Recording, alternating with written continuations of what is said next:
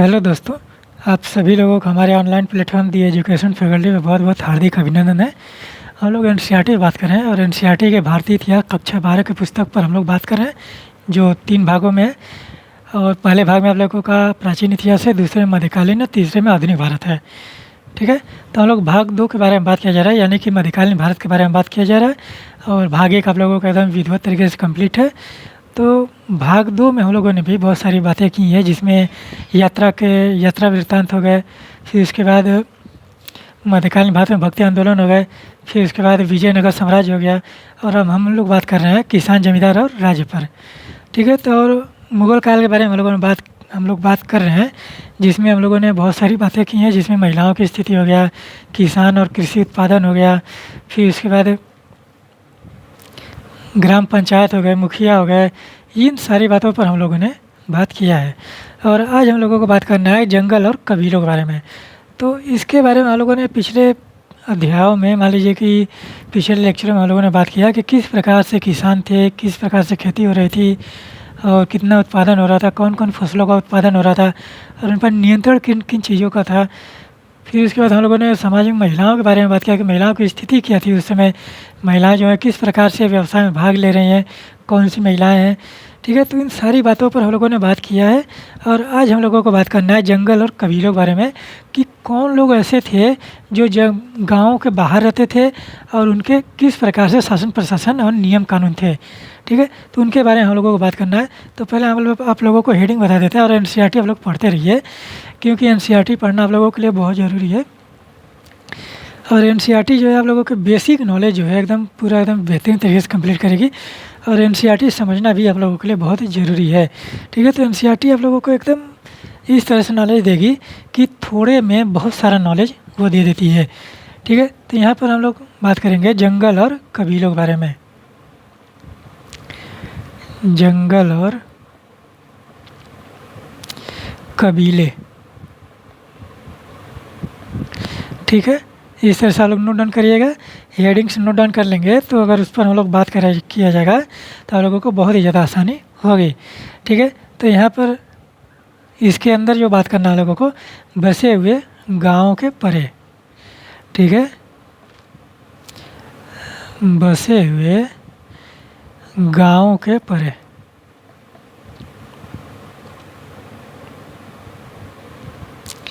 यानी कि गांव के बाहर जो लोग रह रहे थे, निवास कर रहे थे, उनके बारे में आज हम लोग बात करेंगे। ठीक है, फिर जंगलों में घुसपैठ। जंगलों में घुसपैठ। ठीक है, आज हम लोग इन 2 हेडिंगों के बारे में बात किया जाएगा, और देखा जाएगा कि जंगल में कौन लोग रह रहे थे और वहाँ पर घुसपैठ किस प्रकार से हो रहा था। तो इन सारी चीज़ों को नोट डाउन करें। पहले आपको पुस्तक दिखा देते हैं। इस पुस्तक को आप लोग हमेशा अपने पास रखें, और इसके अध्याय को हम लोग अध्ययन कर रहे हैं। ठीक है, तो यहाँ पर आप लोग इस तरह से नोट डाउन करते रहेंगे और समझते रहेंगे, तो वो सारी चीज़ें आप लोगों को समझ में आएंगी। ठीक है, तो अगर हम लोग जंगलों के बारे में बात किया जाए, तो वहाँ पर आप देखेंगे कि किस प्रकार से वहाँ पर जो हम लोगों ने बातें की हैं, गाँव के बारे में बात किया, गाँव के नियंत्रण के बारे में बात किया, गांव समाज के बारे में बात किया, खानकाहों के बारे में पिछले अध्याय में बात किया है, और इस अध्याय में गांव समाज के बारे में बात किया। हर एक चीज़ के बारे में, स्ट्रेटिफिकेशन किस प्रकार से होते हैं गांव में, वो सारी बातें किया। और स्ट्रेटिफिकेशन में, स्तरीकरण में, गांव के स्तरीकरण में जो सबसे महत्वपूर्ण भूमिका है वो किसकी है, उसके बारे में भी हम लोगों ने बात किया। अर्थव्यवस्था के बारे में भी बात किया था। व्यापार, वाणिज्य, व्यवसाय और किस प्रकार के उद्योग धंधे थे, उन सारी चीज़ों पर हम लोगों ने बात किया है। तो अब हम लोग यहाँ पर बात करेंगे गांव के बाहर जो लोग रहते थे। जैसे हम लोगों ने प्राचीन भारत में गांव के बाहर रहने वाले लोगों के लिए बारे में बात किया था, उसी प्रकार से मध्यकाल में बात करेंगे कि गाँव के बाहर जो लोग रह रहे हैं वो किस प्रकार से थे। ठीक है, तो यहाँ पर आप लोगों को ये जानना है कि जो जंगल में लोग रह रहे थे उनको जंगली बोला जाता था। लेकिन यहाँ पर वर्तमान समय में जो जंगली शब्द का प्रयोग किया गया है वो जंगलों में रहने वाले लोगों के लिए प्रयोग किया गया है। लेकिन मध्यकाल में जो जंगल में रहने वाले लोगों के लिए शब्द का प्रयोग किया गया था कि जो जंगल के उत्पादों पर निर्भर हैं वे लोग जंगली कहलाते थे। ठीक है, तो वहाँ पर जो शाब्दिक अर्थ है उसका वो अलग होता था। लेकिन जो वर्तमान समय में उसका अलग होता था। तो यहाँ पर सीधा-सीधा मतलब ये है कि जंगल के जो गाँव के बाहर बसे हुए लोग हैं, जो जंगलों में रह रहे हैं, वो लोग क्या है, जंगलों के उत्पादों पर निर्भर हैं। ठीक है, तो इस तरह से यहाँ पर देखने को मिला था। और ग्रामीण भारत में देखेंगे कि मध्यकाल में जो खेती हो रही है, जो खेती के संसाधन देखने को मिल रहे हैं और खेतों के चारों तरफ देखेंगे कि गाँवों का बसेरा देखने को मिल रहा है और उन गाँव में नियंत्रण देखने को मिल रहा है। पंचायतों का नियंत्रण है, फिर पंचायतों के जो सरदार है, मुखिया का नियंत्रण है। मुखियाओं पर जो पंचायतों पर जिसका नियंत्रण वो जमींदार वर्ग है और जमींदार वर्गों पर नियंत्रण जो है शासक वर्ग का है। और उतने ही में देखेंगे कि इतने सारे अधिकारी हो गए हैं कि वहाँ पर बहुत सारी चीज़ें देखने को मिलती हैं और उन सारी चीज़ों पर हम लोगों ने बात किया है। लेकिन यहाँ पर देखने वाली बात ये है कि जो गाँव में रह रहे हैं वो तो अलग रह रहे हैं, लेकिन जो गाँव के बाहर रह रहे हैं उनके बारे में जानकारियाँ जो हैं बहुत ही थोड़ा कम मिलती हैं। उनके जो गाँव में रह रहे हैं उनके उनसे ज़्यादा उनसे कम ही मिलती है जानकारियाँ। लेकिन जो जानकारियाँ मिलती हैं वो किस आधार पर मिलती हैं कि जंगलों में किस प्रकार के लोग रह रहे थे, वो किन किन चीज़ों पर निर्भर थे और जंगलों में जो विद्रोह हो रहे थे कि जो शासक वर्ग के राज्य में विद्रोह हो रहे हैं, तो जो विद्रोह के नेता थे वो क्या करते थे, अपने आप को ले जाकर जंगलों में छिपा लेते थे, अपने और अपने साथियों को जंगलों में छिपा लेते थे। और जो बाहरी राज्य के लोग हैं वो लोग भी जंगल में आकर छिप जाते थे, वहाँ पर घुसपैठ होता था। ठीक है, और वहाँ पर जंगलों में विद्रोह भी देखने को मिलते थे। तो यहाँ पर आप देखिए कि किस प्रकार से जो जंगलों में लोग हैं वो किस प्रकार से रहन सहन है। और कालांतर में देखेंगे कि जंगलों में जो लोग रह रहे हैं वो कबीलों का निर्माण कर ले रहे हैं और कबीलों से देखेंगे कबीलों का जो सरदार हो रहा है, मुखिया हो रहा है, तो वो जो है कि वो सब पर नियंत्रण रख रहा है और धीरे धीरे वो लोग अपने आप को एकजुट कर कर वहाँ पर वो एक राज्य का निर्माण कर ले रहे हैं। और वहाँ पर कई कई राज्यों में आप देखेंगे कि 6,000 पैदल सैनिक और 7,000 घुड़सवार भी देखने को मिलेंगे। ठीक है, तो इस प्रकार से यहाँ पर एनसीईआरटी बताती है कि वहाँ पर जो लोग रह रहे हैं कि वो किस प्रकार से नियम कानून नियंत्रण स्थापित कर रहे हैं। तो इनमें जो भी आप देखेंगे कि यहाँ पर जो भी पैराग्राफ दिया गया है उन सारी बातों में आप देखेंगे कि जो हमने आपको बताया वही आपको विस्तार से बताया गया है। विस्तार से क्या, मान लीजिए कि किताब है तो वो तो अपने हिसाब से बताएगी, हमने आपको शॉर्ट फॉर्म में बता दिया कि इस तरह से वहाँ पर कार्य हो रहे थे। ठीक है, कुछ कुछ चीज़ें जो हैं आपको हम पढ़ कर सुना देते हैं कि ग्रामीण भारत में बसे हुए लोगों की खेती के अलावा बहुत कुछ था। ठीक है, उत्तर पश्चिमी भारत के गहरी खेती वाले प्रदेशों को छोड़ दे तो ज़मीन के विशाल हिस्से जंगल झाड़ियों में से घिरे थे। ऐसे इलाकों झारखंड सहित पूरे पूर्वी भारत, मध्य भारत, उत्तरी क्षेत्र जिसमें भारत नेपाल के सीमावर्ती इलाकों के तराई शामिल है। तराई का अर्थ ये होता है, यहाँ पर आप तराई का अर्थ क्या समझते हैं? ठीक है, तराई जो है भौगोलिक क्षेत्र होता है जो पर्वतों के गिरिपदीय प्रदेश हैं। पर्वतों के जो गिरिपदीय प्रदेश है, तो जो गिरिपद है यानी कि पर्वत जहाँ पर नीचे ढलान होता है, मान लीजिए कि ये पर्वत है और यहाँ पर पर्वत है, तो ये वाला जो क्षेत्र है, ये वाला जो क्षेत्र है, ठीक है, ये तो ऊंचाई वाला क्षेत्र हो गया ऊपर का, लेकिन जो नीचे का गिरिपदीय क्षेत्र है इसी को हम लोग तराई वाला क्षेत्र बोलते हैं। ठीक है, तो ये तराई वाले क्षेत्र हो गए। तो तराई वाले क्षेत्रों में भी इस प्रकार के जंगल झाड़ियाँ देखने को मिलती थी और वहाँ पर भी लोग रहते थे। इस चित्र का एक बार देखिए कि यहाँ पर देखिए कि ये किस प्रकार के नील गाय का शिकार करते हुए शाहजहाँ का चित्र बादशाह नामा से। ठीक है, तो बादशाह नामा का ये चित्र है कि ये शाहजहाँ जो है, यहाँ पर देखिए कि बंदूक भी इसके हाथ में है। ठीक है, सोचिए कि मुग़ल काल में बंदूक भी देखने को मिल रही थी।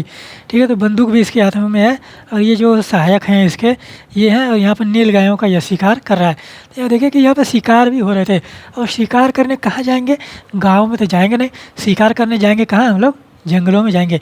और शिकार और को आखेटक बोला जाता था और शिकार के जरिए ही देखेंगे कि जो राजा महाराजा हैं, जो शासक वर्ग है, वो पूरे अपने राज्य का हाल चाल लेने निकल पड़ते थे और अपने वो राज्य का हाल चाल लेते थे और बात सुनते थे उनका और उन पर अपना फैसला सुनाते थे। ठीक है, तो इस प्रकार से यहाँ पर भी कार्य हो रहे थे और ऐसे कार्यों को देखेंगे कि प्राचीन काल में भी देखने को मिलता है, रामायण महाभारत में भी देखने को मिलता है कि एक राजा है और वो अपने साथियों के साथ अपने नगर के भेष में वो नगरों में भ्रमण करने के लिए निकलता है और वहाँ पर वो लोगों की बातें सुनता है कि लोग राजा के बारे में किस प्रकार की बातें कर रहे हैं। ठीक है, तो उसी तरह से यहाँ पर भी हो रहा था। तो यहाँ पर शासक वर्ग जो था, जो मुग़ल शासक थे, वो लोग क्या करते थे? शिकार खेलते थे और शिकार के करने के बहाने वो पूरे राज्य का भ्रमण कर लेते थे। ठीक है, उस आधार पर। तो यहाँ पर देखिए कि दक्षिण भारत का पश्चिमी घाट और दक्कन के पठारों में फैले हुए थे। यानी कि दक्षिण भारत की भी बात किया जा रहा है। अभी हम आप लोगों को वहाँ पर आगे के जो हेडिंग्स हैं उसमें हम लोग को मुगल काल के इतिहास के बारे में देखा जाएगा कि किसका शासन कितना बड़ा था। ठीक है, तो यहाँ देखिए कि औसत निकालना लगभग असंभव है, फिर भी समसामयिक स्रोतों से मिली जानकारी के आधार पर ये अंदाज़ा लगाया जा सकता है कि यह औसत करीब करीब 40% था। ठीक है, तो यहाँ पे देखिए कि समसामयिक रचनाएं जंगल में रहने वाले, वही बात किया जा रहा है इसमें कि जो जंगल में रहने वाले लोग हैं उनको किस प्रकार से ट्रीट किया गया है, कि जो वर्तमान समय में जंगल में रहने वाले लोगों के लिए जंगली शब्द का प्रयोग किया जा रहा है। और जंगली शब्द का जो प्रयोग अगर शाब्दिक अर्थ माना जाए तो उनको किस प्रकार से बोले डिफाइन किया जाएगा कि जो जंगल में रह रहे हैं, असभ्य हैं, बर्बर हैं, जिनको रहन सहन नहीं पता है, जिनको खड़ी हिंदी बोलने नहीं आता है, और जो सही ढंग से बात व्यवहार नहीं है, विचार व्यवहार नहीं है उन लोगों का, तो उनको क्या बोला जाएगा, जंगली बोला जाएगा। और वर्तमान समय जो जंगली शब्द है उसको एक गाली के रूप में भी प्रयोग किया जाता है। आप देखेंगे कि कोई अगर उदंड लड़का है या उत्पात मचा रहा है तो उसको भी जंगली बोल दिया जाता है कि एकदम जंगली की तरह हो गया। तो इस प्रकार से यहाँ पर जो जंगली शब्द का वर्तमान समय में प्रयोग किया जा रहा है वो मध्यकालीन भारत में उस तरह से नहीं हो रहा था, क्योंकि जंगली शब्द वहाँ पर उस तरह से चल रहे थे कि जो जंगल के उत्पादों पर निर्भर हैं, जैसे फल फूल हो गए, कंदमूल हो गए, जो जंगल से लकड़ी काटना हो गया, वो सारी चीज़ें जो कर रहे थे वहाँ पर वो लोग जंगली कहलाते थे। वही बात इसमें बताया जा रहा है। ठीक है, तो यहाँ देखिए कि जहाँ तक राज्य का सवाल है उसके लिए जंगल उलट फेर वाला इलाका था। ठीक है, तो वहाँ पर धीरे धीरे अगर बाबर के बारे में हम बात करें तो बाबर कहता है कि जंगल एक ऐसा रक्षा कवच है जिसके पीछे परगना के लोग कड़े विद्रोही हो जाते थे और कर अदा करने से मुकर जाते थे। तो वही हमने आपको बताया कि जो राज्य के जो विद्रोही होते थे वो जंगल में अपने आप को छिपा लेते थे अपने साथियों के साथ, और वहाँ पर जो विद्रोह हो रहे थे राज्य में वो किस लिए हो रहे थे, लगान के लिए हो रहे थे, टैक्स के लिए हो रहे थे, शोषण के विरुद्ध विद्रोह हो रहे थे। तो इन्हीं सबों के लिए विद्रोह होंगे तो जो विद्रोही होते थे वो लोग क्या करते थे, जंगल में जाकर अपने आप को छिपा लेते थे अपने साथियों के साथ।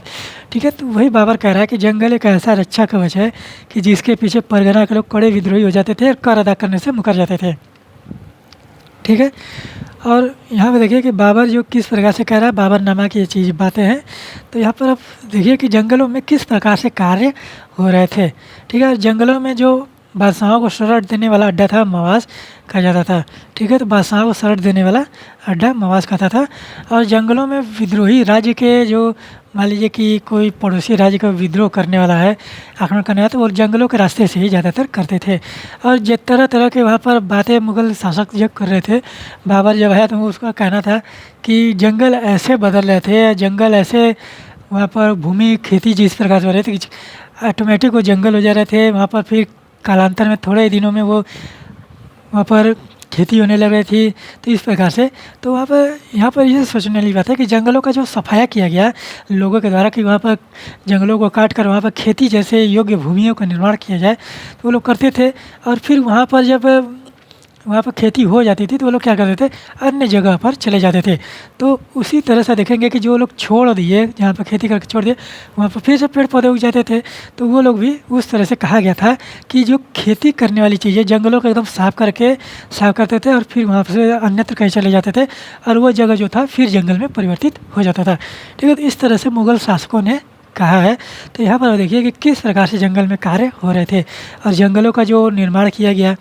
ठीक है, तो अगर हम बात करें जंगलों में घुसपैठ के बारे में, तो जो जंगल में जो लोग रह रहे थे वहाँ पर उन लोगों को देखिए किस प्रकार की जंगल में बाहरी ताकतें कई तरह से घुसती थी। ठीक है, तो बाहरी ताकत यानी कि जो अन्य राज्य वाले हैं वो किस प्रकार से घुसती थी, अन्य तरीके से घुसती थी। मसलन राज्य को सेना के लिए हाथियों की ज़रूरत होती थी, इसलिए जंगलवासियों से ली जाने वाली पेशकश में अक्सर हाथी भी शामिल होते थे। ठीक है, तो जो जंगलों से उत्पाद लिए जाते थे और जंगलों से जो जानवरों का प्रयोग किया जा रहा था, युद्धों में हाथियों का प्रयोग किया जा रहा था। तो वहाँ पर देखिए कि जंगल वासियों से जो लोग उपहार लिए जाते थे, जो वहाँ पर टैक्स लिए जाते थे, जिस प्रकार से वहाँ पर उपहार शब्द का प्रयोग पेशकश की बात किया जाती, पेशकश का जाने की अर्थ था कि उपहार, तो वहाँ पर हाथियाँ भी उसमें शामिल होती थीं। ठीक है, तो यहाँ देखिए कि मुग़ल राजनीतिक विचारधारा में गरीबों और अमीरों सहित सबके साथ जुड़ते हुए राज्य के गहरे सरोकार का एक साथ लक्षण था शिकार अभियान। ठीक है, तो ये वो बात कह रहा है इसमें, इस पैराग्राफ में वो बातें हो रही हैं कि जब शिकार हो रहा था कि वो क्या कर रहा था कि एक ग्रामीण, एक जो राज्य के प्रजा को एक सरकार के यानी कि शासक वर्ग से जोड़ने का कार्य कर रही थी। और वहाँ पर जो शिकार खेलना था और शिकार के बहाने यह देखेंगे कि एक शासक जो है, एक राजा जो है पूरे अपने राज्य का भ्रमण कर लेता था। ठीक है, और वहाँ पर अपने राज्य के प्रजाओं की बातें सुनता था और वहाँ पर फिर आकर अपने राज्य में फैसले करता था। ठीक है, तो यहाँ पर वो सारी बातें की जा रही थी। यहाँ पर देखिए कि परगना के बारे में बात किया जा रहा है कि मुग़ल प्रांतों में एक प्रशासनिक प्रमंडल था। प्रमंडल परगना यानी कि एक क्षेत्र ऐसा था जिसको वहाँ पर परगना बोला गया, प्रशासनिक प्रमंडल बोला जा गया। फिर पेशकश मुग़ल राज्य के द्वारा ली जाने वाली एक तरह की भेंट थी। ठीक है, तो पेशकश क्या होता था कि वहाँ पर एक उपहार था, भेंट था। ठीक है, इस प्रकार से यहाँ देखिए कि कृषि बस्तियों के लिए जंगलों का सफाया, हमने वही आपको जो अभी बताया कि कृषि बस्तियों के लिए जो जंगलों का सफाई किया जाता है, इसको हम आपको पढ़कर बता दे रहे हैं कि यहाँ पे कविता दिया गया है। तो कविता आप पढ़िए, हम यहाँ पे आपको ऊपर की चीज़ें बता दे रहे हैं कि क्या लिखा गया है। ठीक है, तो यह 16वीं सदी में मुकुंदराम चक्रवर्ती की लिखी एक बंगाली कविता चंडी मंगल का अंश है। ठीक है, तो यहाँ पर हम लोगों का एक फैक्ट बन गया कि चंडी मंगल किसकी कविता है, वो मुकुंदराम चक्रवर्ती है। किस लैंग्वेज में है, भाषा में, किस भाषा में लिखा गया, बंगाली भाषा में लिखा गया था। कब की है, 16वीं सदी की है, यानी कि 1500 ईस्वी की है। ठीक है, कविता के नायक कालकेतु, कालकेतु कविता का नायक भी है। कालकेतु ने जंगल खाली करवा के एक साम्राज्य की स्थापना की। ठीक है, तो यहाँ पर देखिए कि एक बंगाली कवि है मुकुंदराम चक्रवर्ती, उनकी कविता है चंडी मंगलम, चंडी मंगल है, और उसके जो नायक हैं कालकेतु। ठीक है, तो ये देखिए कि खबर मिलते ही परदेसी आने लगे तमाम जगहों से, फिर कालकेतु ने खरीद कर बांटे उनमें भारी भरकम चाकू, कुल्हाड़ी और भाले बरछे। उत्तर से आए दास सैकड़ों उमड़ते हुए। ठीक है, तो यहाँ पर बता रहा है कि किस प्रकार से जंगल का सफाया किया जा रहा था। और कालकेतु जो है वहाँ पर जो लोग आ रहे थे, उनका चारों तरफ से लोग आ रहे हैं, और चारों तरफ से लोग जो आ रहे हैं उनको कालकेतु जो वहाँ पर नायक है वो उनको भाला बरछी, वहाँ पर चाकू कुल्हाड़ी दे रहा है। ठीक है, तो सैकड़ों उमड़ते, उत्तर भारत से आए सैकड़ों उमड़ते हुए चकित देखकर कालकेतु को, जिसने दी सुपारी एक एक को, दक्षिण से आए फसल कटाई वाले एक उद्यमी के साथ 500, पश्चिम से आया जफर मियाँ, साथ में 22,000 लोग, हाथों में सुलेमानी मोती की माला जपते हुए पीर व पैगंबर का नाम। जंगलों को हटाने के बाद उन्होंने बसाए बजा सैकड़ों के तादाद में विदेशी जंगलों को जैसे खा लिए और घुस आए वहाँ। कुल्हाड़ियों की आवाज़ सुनकर शेर डर गए और दहाड़ते हुए भाग निकले। तो यहाँ देखिए कि कालकेतु जो है किस प्रकार से वहाँ पर लोगों को, वहाँ पर जंगल की सफाई करने के लिए किस प्रकार का हथियार दे रहा है। और आप लोगों को यहाँ पर देखना है कि कहाँ कहाँ से लोग आ रहे हैं जंगलों को सफाया करने के लिए। ठीक है, और यहाँ पर एक पैराग्राफ और देख लीजिए कि पड़ोसी पहाड़ी कबीलों और मैदानों के बीच व्यापार लगभग 1595 की बात है। 16वीं शताब्दी के जो पहाड़ी कबीले और मैदानों के बीच का व्यापार है। तो यहाँ पर देखिए कि आप लोगों को यहाँ पर देखना है कि किस किस चीज़ का व्यापार का हो रहा है और उन व्यापार में कौन कौन से लोग वहाँ पर भागीदारी दे रहे हैं। ठीक है, तो यहाँ पर देखिए कि अवध सूबे, आज के उत्तर प्रदेश का हिस्सा, अवध सूबे के मैदानी इलाकों और पहाड़ी कबीलों के बीच होने वाले लेन देन के बारे में अबुल फजल यानी कि अबुल फजल की आईने अकबरी जो रचना है उससे यह अंश उद्धृत किया गया है। अबुल फजल ने कुछ इस तरह लिखा है कि उत्तर के पहाड़ों में इंसान मोटे मोटे घोड़ों और बकरों की पीठ पर लाद कर बेशुमार सामान ले जाए जाते हैं, जैसे कि सोना, तांबा, शीशा, कस्तूरी, सूरा गाय, याक यानी कि याक। ठीक है, सूरा गाय की पूँछ, शहद, फिर यहाँ पर चूक, संतरे के रस और नींबू के रस को साथ उबाल कर बनाया जाने वाला एक अम्ल। यहाँ पर एक शब्द का बात किया गया है, चूक शब्द जो है, जैसे अगर गांव में जाएंगे आप, ग्रामीण पिछले इलाकों में जाएंगे तो वहाँ पर देखेंगे कि जो पुराने ज़माने के लोग हैं, जो बूढ़े लोग हैं, यानी कि दादे दादियाँ हो गई, नाना नानियाँ हो गई, तो वहाँ पर वो लोग क्या कहते हैं कि कुछ सामान अगर ख़त्म हो जाता था तो आप कहते थे कि वो चूक गया। ठीक है, तो कोई सामान खत्म हो गया, मान लीजिए कि गेहूँ खत्म हो गया घर में, चावल खत्म हो गया, तो वो कहते थे कि गेहूँ चूक गया, वहाँ पर चावल चूक गए, यानी कि ख़त्म हो गया। तो यहाँ पर एक शब्द का प्रयोग किया गया है कि चूक गया, यानी कि यहाँ पर एक चूक का जो शब्द का प्रयोग किया गया एक अम्ल के लिए प्रयोग किया गया, जो संतरे के रस और नींबू के रस को एक साथ मिलाकर उबालकर बनाया जाता था।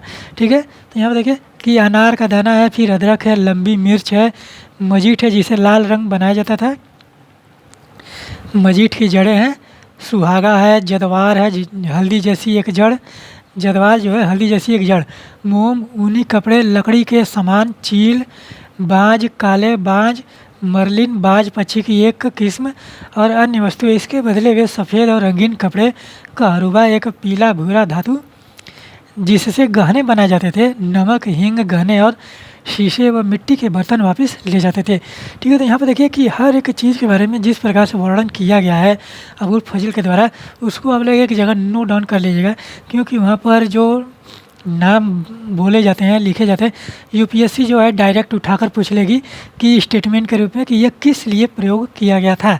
जैसे कि यहाँ पे देखिए कि जिससे लाल रंग बनाया गया था, यूपीएससी यहाँ से प्रश्न उठाएगी कि वो कौन सा पदार्थ है जिसे मध्यकालीन भारत में लाल रंग बनाया जाता था। ठीक है, तो इस प्रकार से जो वहाँ पर सवाल उठाएंगे ना, तो वहाँ पर आप लोगों के लिए मजीठा दे देगा, फिर उसके बाद सुहागा दे देगा, जदवार दे देगा, तो इस प्रकार से ऑप्शन दे देगा, तो वहाँ पर आप लोग कन्फ्यूज हो जाएंगे कि किससे लाल रंग बनाया जाता था। तो वहाँ पर मजीठ शब्द का जो प्रयोग किया गया, मजीठ जो होता है मजीठ की जड़ों का, तो वहाँ पर मजीठ की जड़ों से ही लाल रंग बनाया जाता था मध्यकालीन भारत में। ठीक है, तो इसको आप लोग अगर एक जगह लिख लेंगे ना, तो आप लोगों को यूपीएससी के एग्जाम्स देने में जो नए नए शब्द आप लोगों को देखने में मिलते हैं, तो वो आप लोगों के लिए बहुत ही ज़्यादा आसान हो जाएगा। तो यहाँ देखिए कि कहरुबा क्या है, यहाँ पे देखिए कहरुबा और मर्लिन, ये जो नए नए शब्द आप लोगों को देखने को मिल रहे हैं, तो वो आप लोग एक जगह लिख लीजिए कि अगर कभी यूपीएससी अगर इन शब्दों का प्रयोग करें तो आप लोग उसको आसानी से वहाँ पर कर सकते हैं। ठीक है, तो यहाँ पर आप लोगों को सोचने वाली बात है, यहाँ पर आप लोग सोचिए और देखिए कि इन सामानों को ले जाने के लिए किस चीज़ का प्रयोग किया जा रहा होगा, परिवहन में कौन कौन सा साधन थे, वो सारी चीज़ें आप लोगों को सोचना है। देखिए कि इस प्रकार से जब तक आप कोई चीज़ पढ़ रहे हैं वहाँ पर अगर चिंतन मनन नहीं कर रहे हैं तो वो ज्ञान हमेशा अधूरा ही रहेगा। तो अगर अबुल फजल यहाँ पर बात कर रहा है, आईने अकबरी सब लोग बात कर रहे हैं, तो यहाँ देखिए कौन कौन चीज़ों का व्यापार हो रहा है, कौन से लोग हैं जो उस व्यापार में भागीदारी कर सकते हैं, और वहाँ पर जो व्यापार हो रहा है किस किस चीज़ों का व्यापार हो रहा है, और वहाँ पर जो व्यापार किए जा रहे हैं कौन से संसाधन, कौन से परिवहन के साधन जो हैं वहाँ पर प्रयोग में लाए जा रहे हैं। ठीक है, तो ये सारी चीज़ें आप लोग पढ़ेंगे तब आप लोगों को चीज़ें जो है धीरे धीरे समझ में आएंगे कि पहाड़ों पर चढ़ने के लिए कौन से जानवर ऐसे हैं कि वो ज़्यादा उपयोगी होंगे। ठीक है, और कुछ यहाँ पर देखिए कि मोटे मोटे घोड़े हैं, फिर बकरों की पीठ है, तो यहाँ पर वो सारी चीज़ों का प्रयोग किया जा रहा था। तो आप लोगों को अन्य चीज़ें भी सोचना है कि क्या क्या चीज़ों का प्रयोग किया जा रहा होगा। तो यहाँ देखिए कि वाणिज्यिक खेती का असर बाहरी कारक के रूप में जंगलवासियों की ज़िंदगी पर भी पड़ता था। यहाँ पर वो चीज़ें बताया किया जा रहा है कि वहाँ पर जो जंगल में खेती किया जा रहा था, वहाँ पर मान लीजिए कि कोई जंगल है, तो हम मान लेते हैं कि पूर्वी भारत में जंगल है, पश्चिम बंगाल में एक जंगल है, वहाँ के लोग निवास कर रहे हैं, तो वहाँ के लोग धीरे धीरे व्यापार भी कर रहे हैं, राज्यों से व्यापार कर रहे हैं, तो उन लोगों को मन में एक बार ख्याल तो आएगा ही। ठीक है, कि मन में ख्याल तो आएगा ही कि हम लोग भी क्यों ना उसी तरह से कार्य करें जो अन्य राज्य के लोग कार्य कर रहे हैं। ठीक है, तो जब वो उस तरह से सोचे तो वहाँ पर क्या हो गया, कबीलों का निर्माण हो गया। तो कबीले क्या किए, अपने आप को स्वतंत्र कर लिए, और कबीले जो हैं वहाँ पर सरदारों की नियुक्तियाँ करने लगीं। ठीक है, तो कबीले के जो मुखिया होते थे उनको सरदार बोला गया। तो वो कबीले क्या करते थे, आसपास के कबीलों को जोड़कर एक बहुत बड़ा कबीला निर्माण कर लेते थे, और वहाँ का जो सरदार होता था वो क्या बन जाता था, शासक वर्ग बन जाता था, शासक बन गया, यानी कि वह राजा बन गया। तो वहाँ पर आप देखेंगे कि एक शासन प्रशासन और एक साम्राज्य का गठन हो गया। ठीक है, तो इस तरह से आप लोग जब समझते रहेंगे हर एक चीज़ को, तब आप लोगों को एक ब्रॉड लेवल में एनसीईआरटी समझ में आएगी, और पूरे भारत का इतिहास जो है प्राचीन काल से लेकर आधुनिक काल तक एकदम बेहतरीन तरीके से समझ में आएगा। और वो चीज़ें यहाँ पर बात किया जा रहा है कि उस तरह से यहाँ पर कार्य हो रहे थे। तो आपको सुना दे रहे हैं कुछ फैक्ट है इसमें, आप लोग उसको नोट डाउन कर लीजिएगा कि कुछ कबीले भारत और अफगानिस्तान के बीच होने वाले ज़मीनी व्यापार में लगे थे। जैसे पंजाब का लोहानी कबीला, वे पंजाब के गांव और शहरों के बीच होने वाले व्यापार में शिरकत करते थे। ठीक है। तो यहाँ पर आप देखिए कि पहले आपको हम पैराग्राफ पूरा पढ़कर बता दे रहे हैं कि कौन कौन से आप लोगों को चीज़ें महत्वपूर्ण हैं, और फिर वहाँ पर हमको बताते हैं कि वहाँ पर किस प्रकार से कार्य किए जा रहे थे। सामाजिक कारणों से भी जंगलवासियों के जीवन में बदलाव आए। कबीलों के भी सरदार होते थे। बहुत कुछ ग्रामीण समुदाय के बड़े आदमियों की तरह कई कबीलों के सरदार जमींदार बन गए, कुछ तो राजा भी हो गए। हमने अभी आपको बताया कि किस प्रकार से वहाँ पर जंगलों को सफाई करके कबीलों का निर्माण किया गया, सरदार बने, कबीलों को आपस में मिलाकर वहाँ पर वो लोग राजा बन गए थे। यहाँ देखिए कि सिंध इलाके की कबीलाई सेनाओं में 6,000 घुड़सवार और 7,000 पैदल सिपाही होते थे। असम में अहोम राजाओं के अपने पायक होते थे। यहाँ पे देखिए कि असम में जो अहोम राजाएँ थे उनके पायक, यानी कि पायक का यहाँ पर शाब्दिक अर्थ हो जाएगा कि वहाँ जो सैन्य प्रशासन वाले थे उनको पायक बोला जाता होगा। ठीक है, तो ये वो लोग थे जिनमें ज़मीन के बदले सैनिक सेवा देनी पड़ती थी। वही हमने आपको बताया कि जो शासन प्रशासन में भाग लेते थे, सैन्य प्रशासन की देखरेख करते थे, वो लोग पायक होते थे। जिन्हें जमींदार होते थे, वहाँ पर ज़मीन के बदले उनको ज़मीन दिया जाता था और वो लोग क्या करते थे, अपना सैन्य प्रशासन, सेना जो सैनिक सेवा है वो राज्य को सौंपते थे। ठीक है, तो पायक उस तरह से कार्य कर रहे थे। ठीक है, तो अहोम राजा, और वर्तमान समय में देखेंगे कि 2828 के लगभग में अहोम विद्रोह होता है, या 1821 के लगभग में अहोम विद्रोह होता है। ठीक है, तो आधुनिक भारत में तो अहोम विद्रोह क्यों होता है कि जब ये शासक वर्ग हैं तो इनको जब ज़बरदस्ती वहाँ पर अंग्रेज़ों ने, वहाँ पर देखेंगे कि अंग्रेज़ों ने इनके साथ जब ज़बरदस्ती किया तो ये लोग विद्रोह कर दिए थे। तो शासकों का जो शान शौकत है वो आप लोग जानते ही हैं, जो राजा है अपने शान शौकत में रहेगा ही। ठीक है, जमींदार वर्ग जब है, जमींदार हैं तो वो शुरू से ही उसी तरह से हैं, तो उनका जो स्टेटस है वो उनको चाहिए ही। तो अगर आप उनकी ज़मींदारी ज़बरदस्ती छीनेंगे तो वो लोग विद्रोह करेंगे ही। ठीक है, तो यहाँ देखिए कि हालांकि कबीलाई व्यवस्था में राजतांत्रिक प्रणाली की तरफ संक्रमण बहुत पहले ही शुरू हो चुका था, लेकिन ऐसा लगता है कि 16वीं सदी में करीब वह प्रक्रिया विकसित हुई।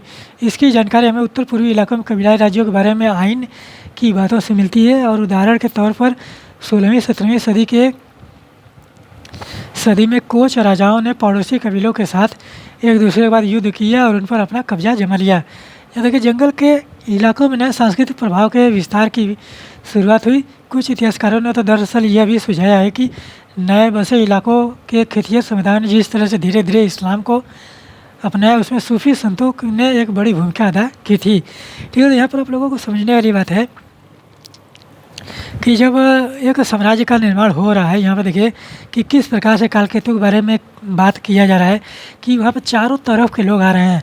तो जो लोग आ रहे हैं वहाँ पर सूफी संत भी उनके साथ आ रहे हैं।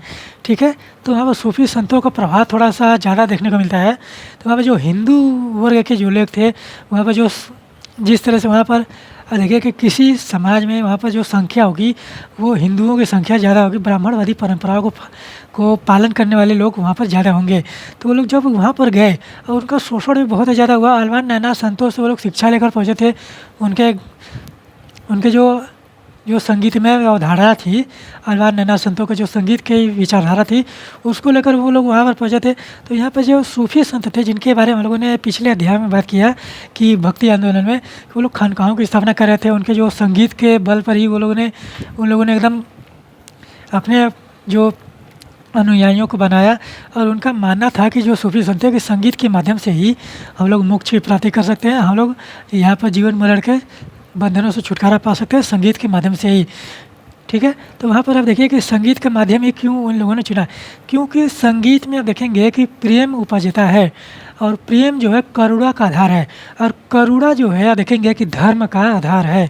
ठीक है, तो यहाँ पर इस तरह से समझिए भगवत गीता की बातें हैं कि जो धर्म का आधार है वो क्या है, करुणा है। यहाँ पर भगवत गीता जब पढ़ेंगे तो भगवत गीता में जो धर्म के आधार की बात किया जा रहा है तो वो करुणा को दिखाया गया है, और करुणा में ही आप देखेंगे कि प्रेम उपजता है। सीधा यहाँ पर बात यही किया जा रहा है कि प्रेम के जरिए ही आप भगवान को प्राप्त कर सकते हैं, मोक्ष को प्राप्त कर सकते हैं, ईश्वर को प्राप्त कर सकते हैं। और इसी अवधारणा को देखेंगे कि सूफी संतों ने भारत में लेकर आया। ठीक है, तो इस तरह से आप लोग समझिए। अगर आप समझेंगे इस तरह से ना तो आप लोगों को जो चीज़ें घटित होंगी, आप एक लाइन पढ़ेंगे तो आप लोगों को 10 लाइन समझ में आएंगी कि इसके आगे ये चीज़ घटना हो सकती है। ठीक है, तो यहाँ पर देखिए कि जो इतिहासकार जो बात कह रहे हैं कि जो वहाँ पर जो धर्मांतरण हुए, तो सूफी संतों के प्रभाव से ही वहाँ पर लोग धर्म का परिवर्तन कर लिए थे। और ये कब की बात है, यहाँ देखिए कि 16वीं और 17वीं सदी की बात है, यानी कि हम 1500-1600 ईस्वी की बातें कर रहे हैं। तो यहाँ पर देखिए कि एक चित्र बनाया गया है कि यहाँ पर एक किसान बैठा, ये किसान है आपका, ये एक शिकारी है। तो सोचिए कि शिकारी और किसान जो है सूफी संतों को सुन रहे हैं, ठीक है। ये सूफी संत है, सूफी गाय को सुनते हुए किसान और एक शिकारी, ठीक है। तो यहाँ देखिए कि सूफी संतों को जो सुन रहा है शिकारी है, और यहाँ पर एक किसान है। और किसान और शिकारी में जो लोग होते थे वो हिंदुओं से भी आते थे, ब्राह्मणवादी परंपराओं को पालन करने वाले भी आते थे, और मुसलमान भी आते थे। और वहाँ पर समाज का हर एक वर्ग जो है इन सारे व्यवसायों में लगा हुआ था, ठीक है। तो इतनी चीज़ें आप लोगों को समझ में आती हैं और समझ में आएंगी, और आप लोग पढ़ते रहिए और अपने पढ़ाई को सही दिशा निर्देशन अच्छे तरीके से करिए। और कल हम लोग बात करेंगे एनसीईआरटी के जमींदार पर, ठीक है। तो जमींदार पर हम लोग बात करेंगे कल। तो आज हम लोगों का जो जंगल और कबीले थे वो जो हेडिंग है वो हम लोगों का पूरा होता है। आप लोग यहाँ पर पढ़िए, सोचिए, समझिए। अगर आप किसी चीज़ को पढ़ते हैं, किसी की चीज़ को पर चिंतन मनन करते हैं, तो आप लोगों का जो नॉलेज है, जो ज्ञान है, वो बहुत ही ज़्यादा बढ़ेगा। तो आप लोगों को पढ़ना चाहिए, और पढ़कर उस पर चिंतन मनन करिए। और इतिहास पढ़ेंगे, तो जब इतिहास पढ़ेंगे तो इतिहास तो चिंतन मनन वाला अध्याय है कि अगर कोई घटना आप लोगों को बताया जा रहा है, तो आप उन घटनाओं का जो परिणाम है, उन घटनाओं का जो विशेष महत्व है, वो क्यों हो रहे हैं, किस लिए हो रहे हैं, क्या कारण है, ये सारी चीज़ें आप लोग सोचेंगे, समझेंगे, चिंतन मनन करेंगे, तो आप लोगों को ऑटोमेटिक वो समझ में आएगा। अगर हम यहाँ पर किसान विद्रोह के बारे में बात करेंगे, तो किसान विद्रोह अगर हम बोलते हैं, एक शब्द बोलते हैं किसान विद्रोह, तो वहाँ पर आप लोगों को ये एक सिनेरियो बन जाएगा, खाका बन जाएगा कि वहाँ पर किसान विद्रोह क्यों हो रहे थे, किसान विद्रोह होने के क्या कारण थे, किसान विद्रोह के जो परिणाम निकल कर आए सामने, वो सारी चीज़ें क्या हो सकती थी, ठीक है। तो इस तरह से चीज़ें आप लोगों को समझ में आएंगी, ठीक है। तो आप लोग पढ़ते रहिए, अपने पढ़ाई को सही दिशा निर्देशन और बेहतरीन तरीके से लेकर चलिए, ठीक है। भ्रष्टाचार से बिल्कुल बचिए, भ्रष्टाचार में कुछ भी नहीं रखने वाला, आप लोगों का ही नुकसान होगा, ठीक है। तो यहाँ पर आप लोग पढ़ते रहे और अपने पढ़ाई को अच्छे तरीके से करिए। तो आशा करते हैं कि आप लोग स्वस्थ होंगे, आप लोगों ने पढ़ाई को सही दिशा निर्देशन अच्छे तरीके से करेंगे, आप लोगों को एनसीईआरटी समझ में आती होगी, एनसीईआरटी आप लोग पढ़ते होंगे। तो यहीं पर अपने वाणी को विराम देता हूँ, मिलता हूँ अगले लेक्चर में, नेक्स्ट लेक्चर में इसी तरह से शानदार तरीके से। तब तक के लिए धन्यवाद।